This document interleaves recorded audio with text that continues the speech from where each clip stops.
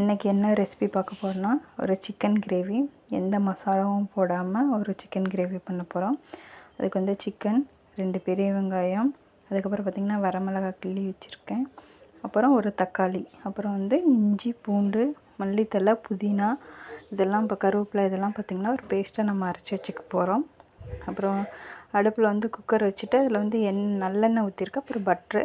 நான் வந்து லேட் ஆகிடுச்சின்னு குக்கரில் செய்கிறேன். நீங்கள் வந்து நார்மலாக பாத்திரத்தில் கூட நம்ம செஞ்சுக்கலாம். நான் வந்து 2 துண்டு பட்டை மட்டும்தான் போட்டிருக்கேன். அதுக்கப்புறம் பார்த்திங்கன்னா பெரிய வெங்காயம் போட்டு நல்லா வதக்கணும்.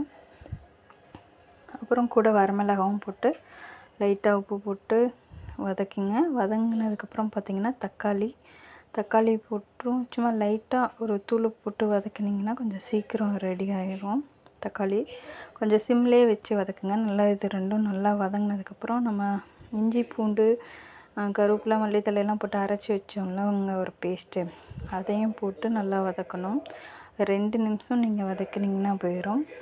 அதோட பச்சை வாசனையெல்லாம் போயிடும். அதுக்கப்புறம் நம்ம வந்து க்ளீன் பண்ணி வச்சுருக்க சிக்கனை போட்டு அதுக்கு தேவையான அளவு உப்பு போட்டு நல்லா பிரட்டி விடுங்க.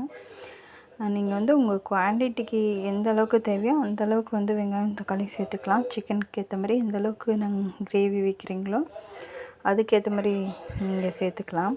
இந்த மாதிரி பார்த்திங்களா தண்ணி விடுது பார்த்திங்களா, இந்த மாதிரி கறியெல்லாம் வந்து உருண்டு வந்ததுக்கப்புறம் உங்களுக்கு தேவையான அளவு தண்ணி ஊற்றிட்டு லைட்டாக மஞ்சத்தூள் போட்டு இது பண்ணிடலாம். அதுக்கப்புறம் பார்த்திங்கன்னா தேங்காய் அரைச்சி ஊற்றிருக்கேன்.